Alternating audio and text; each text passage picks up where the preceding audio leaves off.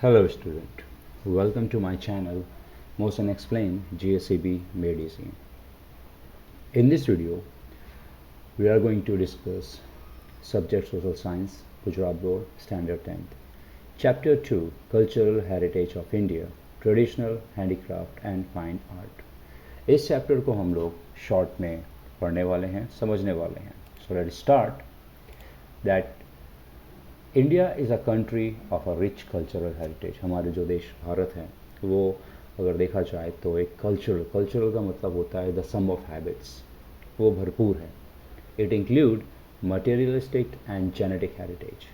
अब मटेरियलिस्टिक यानी कलाओं से, आर्ट से, आर्ट इंफ्रास्ट्रक्चर, ये बहुत ही ज़्यादा अगर देखा जाए तो पुराने ज़माने के इंफ्रास्ट्रक्चर जैसे लाल किला, ताजमहल, मंदिर बहुत सारे हैं हमारे देश में. हमारे बहुत सारे कंस्ट्रक्शंस हैं, बिल्डिंग्स हैं. और देखा जाए what you mean by genetic. Genetic is something like that physical and mental characteristic.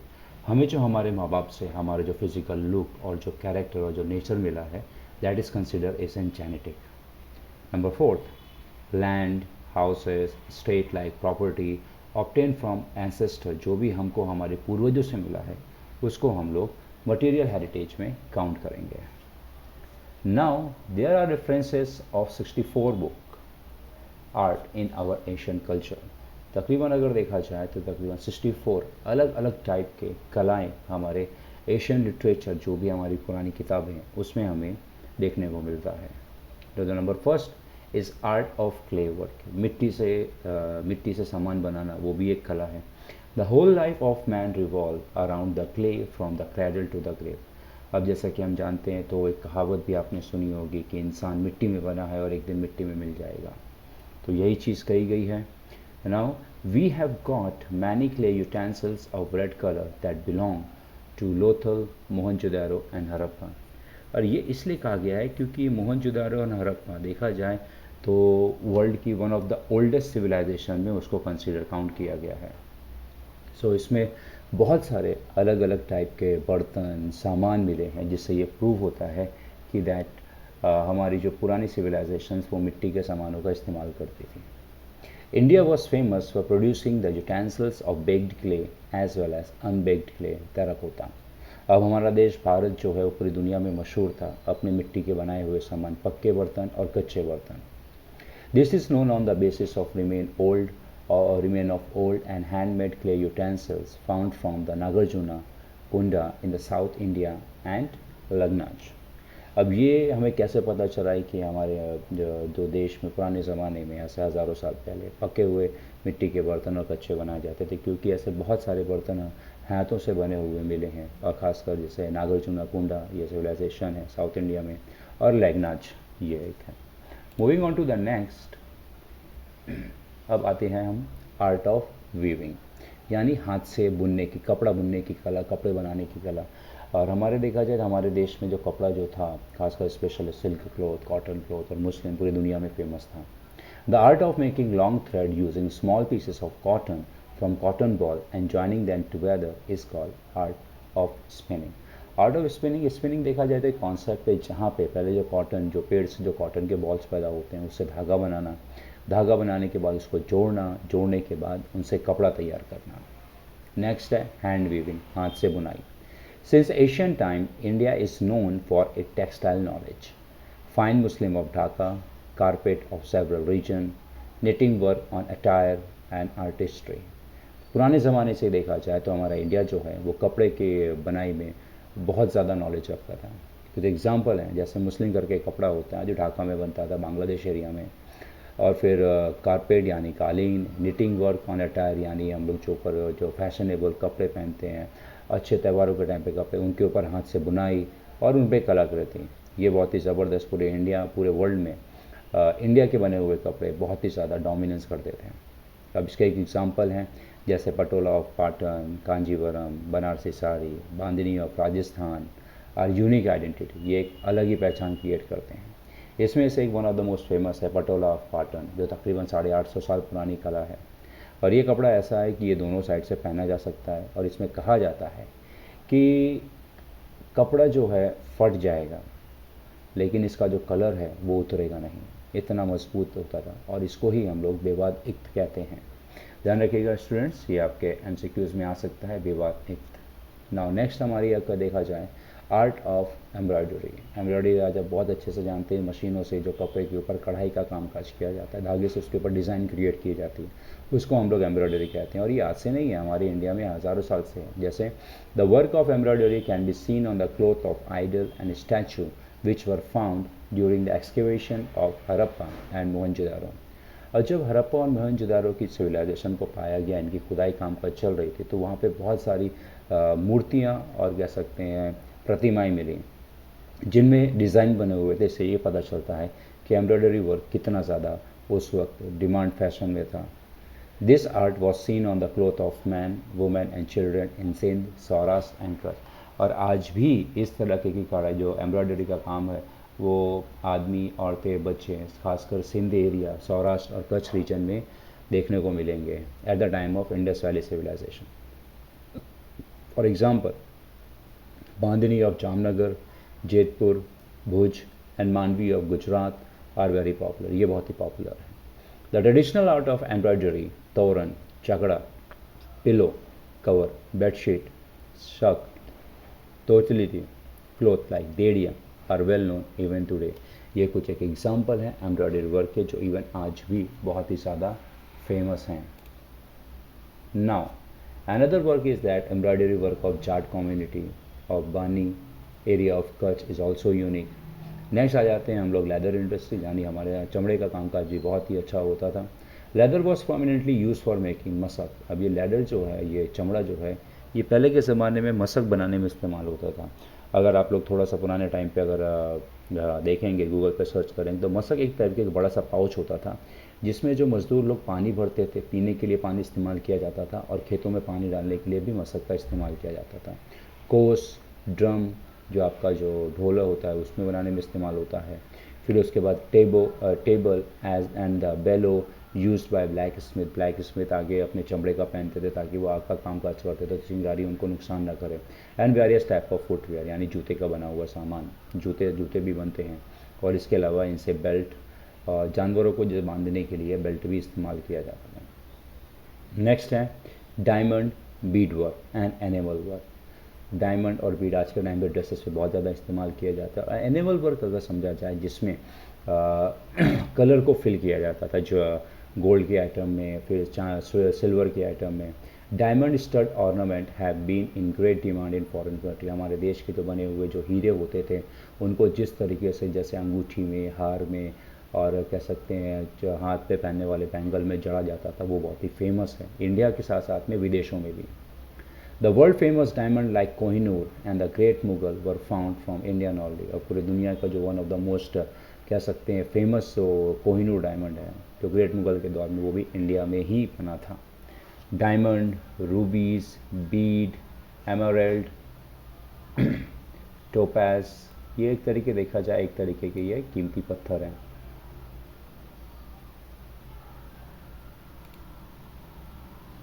Yes, और ये जो पत्थर, कीमती पत्थर, खासकर थ्रोन यानी सिंहासन, और ज्वेलरी और ताज में, ब्रेसलेट, हाथ में पहनने वाले कड़े, गारलैंड, गले की माला में इस्तेमाल करते थे राजा और रानी लोग।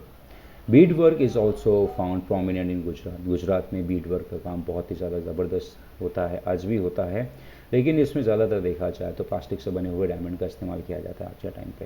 पहले के टाइम पे ज्वेलरी, प्रीशियस स्टोन का इस्तेमाल किया जाता था।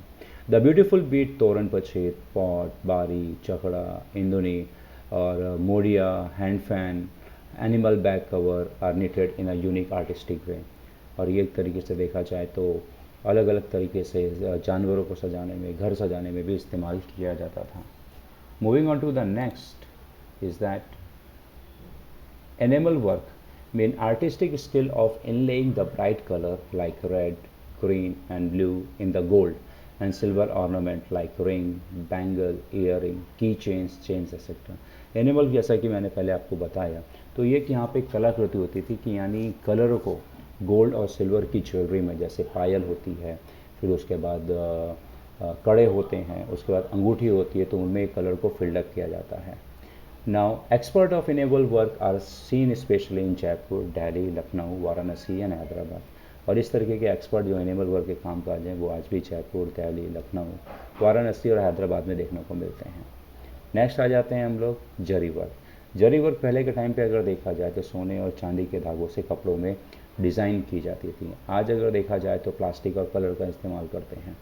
Now golden and silver thread are woven with cloth and embroidery is done with gold and silver thread to decorate the cloth. कपड़ों को सजाने के लिए इस्तेमाल किया जाता था। Surat is a prominent place of zari work, और सूरत इसमें बहुत ही ज़्यादा फेमस था। नेक्स्ट आ जाते हैं हम लोग हमारे मेटल वर्क में। मेटल वर्क यानी धातुओं के कामकाज। The artisan of Lothal made different weapon like sickle, sickle यानी आपकी खुरपी, ड्रिल और नीडल, सुई etcetera with copper and bronze. ये कॉपर और ब्रोंज से बनाए जाते थे। And also they prepared utensils and pot, और उसके अलावा बर्तन, प्रतिमा, भगवान की मूर्तियाँ और मटके, ये सब चीज़ें पहले के टाइम पे आप देखेंगे तो आपको कॉपर के और तांबे के, आपको पीतल के भी बर्तन देखने को मिलेंगे। Arms and ammunition for war were made up of metal, और उसके बाद जंग में लड़ने वाले हथियार वो जंग के दौरान भी जो इस्तेमाल होते थे वो अलग मेटल से बनाए जाते थे, ज़्यादातर वो लोहे से बनाए जाते थे। लोहा क्या होता है, मजबूत होता है और उसके अंदर टाइटनेस बहुत ज़्यादा होती है, कड़क बहुत होता है। नेक्स्ट हो जाता है मेटल वर्क। अब along with this wooden work आते हैं लकड़ी से। Would was use for different purpose. लकड़ी का इस्तेमाल आप जानते हैं कि कितने अलग अलग तरीके से किया जाता है। सबसे पहले प्रतिमा, बच्चों के खिलौने, वुडन पिलर। पुराने घर में आप देखेंगे जो पिलर आज हमारा आरसीसी सीमेंट और पत्थर का बनता है, वो पहले के ज़माने में लकड़ी का बनता था। आज के ज़माने में भी दरवाजे और खिड़कियाँ जो है लकड़ी ऐसे बनाई जाती हैं। पहले के ज़माने में आप देख सकते हैं स्मॉल हट on the top of terrace, घर की जो छत है, सिंहासन, चेयर, कुर्सियाँ, ग्रिल, दरवाजे की खिड़कियाँ, ये सब लकड़ियों से बनाई जाती थी। Wooden furniture like swing and toy of either and Sankheda, और लकड़ियों के फर्नीचर के झूले बनाए जाते थे और फिर खिलौने बनाए जाते थे। ये अगर देखा जाए तो सांखेड़ा और ईदर में जहाँ पे ये गुजरात में बहुत ही ज़्यादा फेमस है। Now next inlay work. Inlay work अगर समझा जाए तो Indian kings, emperor, ruler and royal people of that time used to wear ornament as necklace, bracelet, crown, ring, nose ring, etc. were studded with precious like diamond, pearl, rubies, etc. अब इनले work को अगर देखा जाए तो यानी आपके जो precious stone है उनको ज्वेलरी में जड़ना, ज्वेलरी में बैठाना, इसको हम लोग क्या कहते हैं, इनले वर्क कहते हैं। और पहले ज़माने में अमीर लोग जैसे राजा, फिर उसके बाद रूलर जो होते थे, रॉयल पीपल जैसे आपके सेनापति, जो सभा मंत्री होते थे, और अमीर लोग इन सब चीज़ों को पहने थे। तो खासकर नेकलेस, ब्रेसलेट, क्राउन, ताज, रिंग और नोज रिंग, इन सब में ज़्यादातर वो लोग डायमंड को जड़वाना पसंद करते थे, जैसे डायमंड, पर्ल, रूबीज, ये सब आपके। और Bikaner area of the Rajasthan is more popular in for inlay ornament, और बीकानेर जो है ये बहुत ही ज़्यादा फेमस है इनले ऑर्नामेंट पे। नेक्स्ट आ जाते हैं हम लोग एकिक।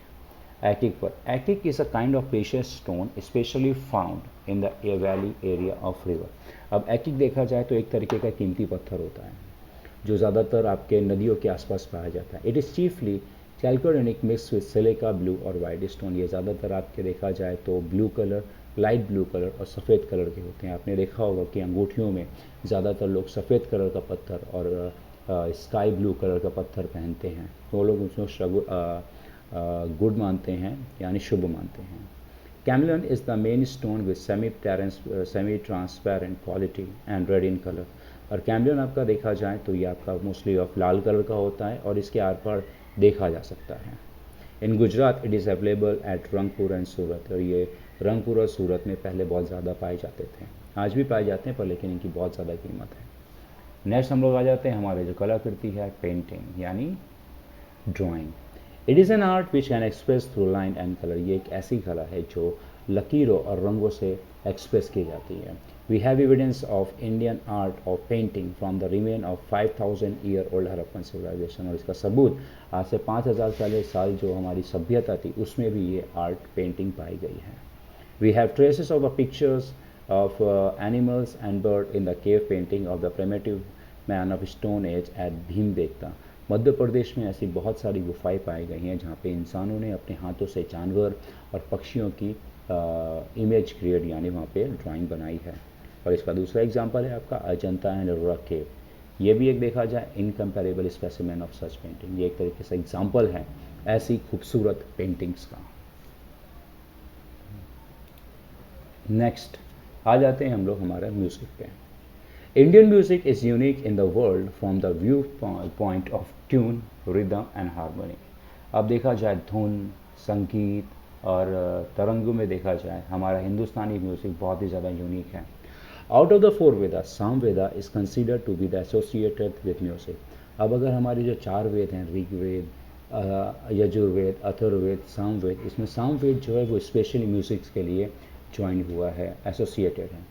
Indian music can be divided in classical music and folk music. अब इंडियन म्यूज़िक को हम दो तरीके से हम डिवाइड कर सकते हैं। एक तो है हमारा क्लासिकल यानी शास्त्रीय संगीत, और एक है हमारा फोक सॉन्ग यानी हमारे धर्म में, हमारे रिलीजन, फेस्टिवल के टाइम में जो म्यूज़िक का इस्तेमाल करते हैं। जैसे नवरात्रि में अलग म्यूज़िक होता है, दशहरे के टाइम पे अलग म्यूज़िक होता है, लोहड़ी का अलग है, बैसाखी का अलग है। और इनको जो स्टडी किया है इसमें इन्होंने 5 राग पाए हैं, यानी 5 टाइप ऑफ म्यूज़िक्स के नेचर हैं, जैसे श्री, दीपक, हिंदोल, मेघ और भैरवी। ये अलग अलग कह सकते हैं म्यूज़िक के टाइप्स हैं। अब it is believe that all raga naturally came out of the Panchmukh of lord Shiva. और ऐसा माना जाता है कि ये जो राग है ये स्पेशली पंचमुख यानी लॉर्ड शिवा का जो कह सकते हैं पंचमुख है उससे निकले हुए हैं। In ancient India many text were written on the music. और ऐसे बहुत सारी हमारे ऐसे टेक्सुअल पेजेस पाए गए हैं, किताबें पाए गए हैं जिन्होंने संगीत के ऊपर लिखा है। नाउ इसको ही अगर हम लोग और डिफाइन करते हैं, जैसे संगीत मकरंद।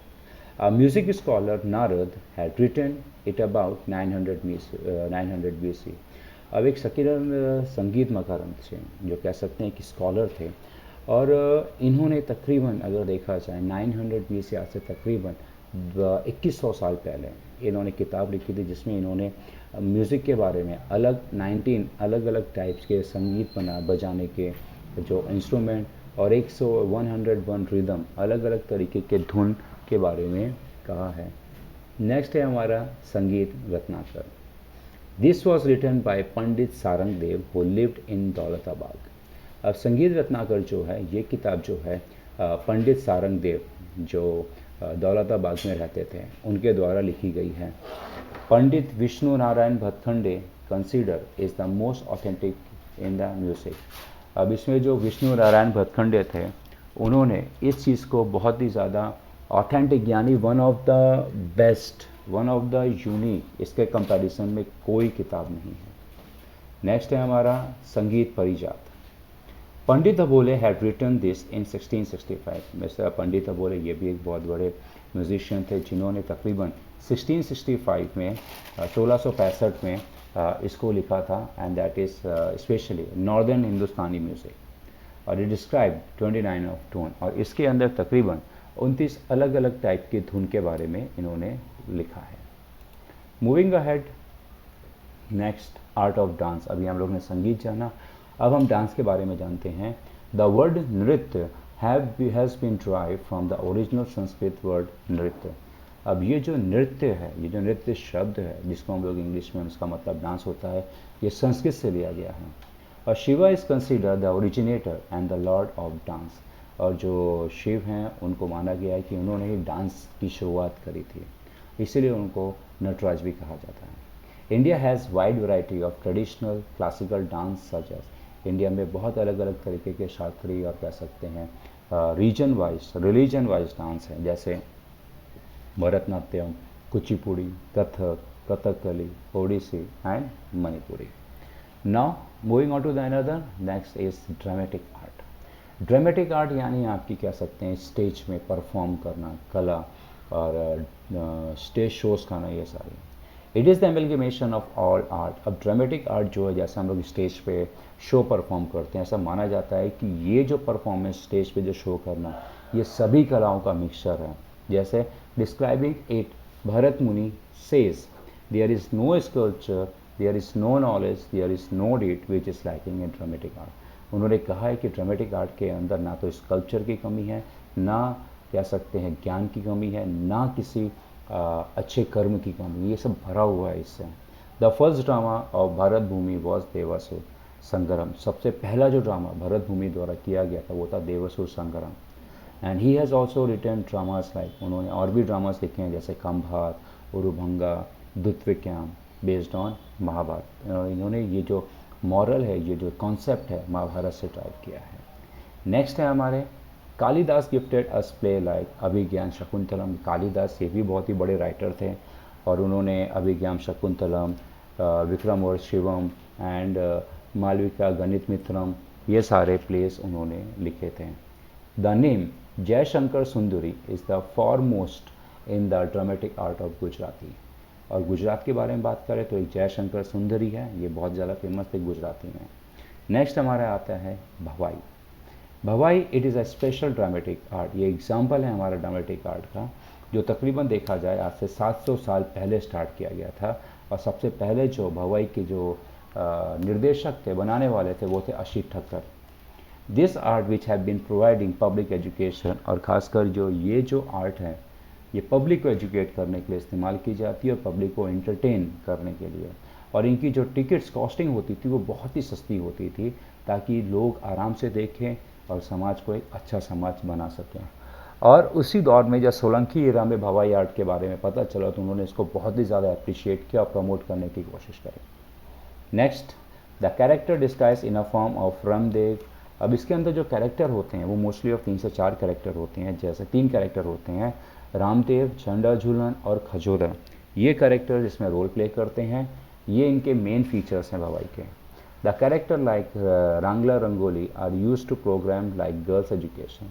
और इसमें एक और कैरेक्टर होते हैं रांगला रंगोली, ये स्पेशली जो होते हैं ये गर्ल्स को एजुकेट करना, गर्ल्स को बढ़ाना, पढ़ाना और लड़कियों को बचाना। मोस्टली ऑफ जो इनका कॉन्सेप्ट होता था वो गर्ल्स एजुकेशन और सेविंग द गर्ल्स पे होता था।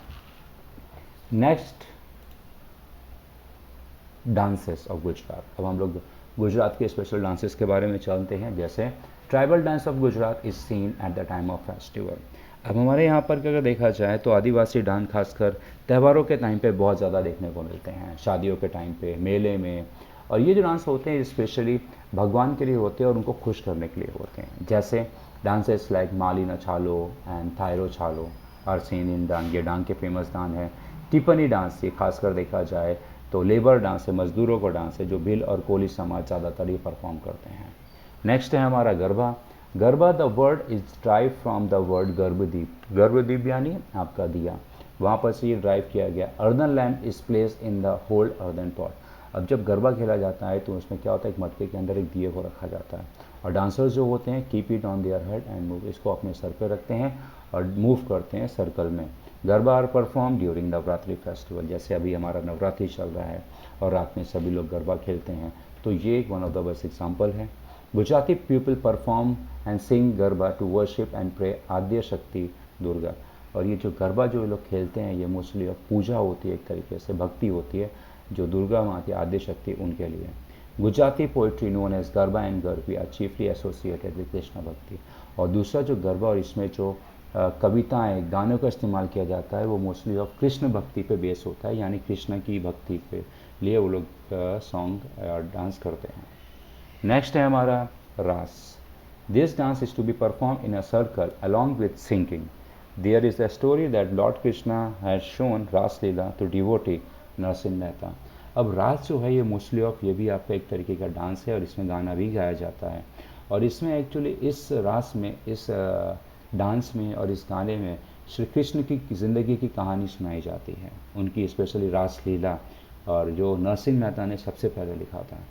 और the other dances of Gujarat, और भी दूसरे डांसेस हैं जैसे गोथन, धमाल डांस ऑफ सिद्धीस, मेरियो, पधार, खाली एंड मेर, ये अलग अलग और गुजरात में फेमस डांस हैं।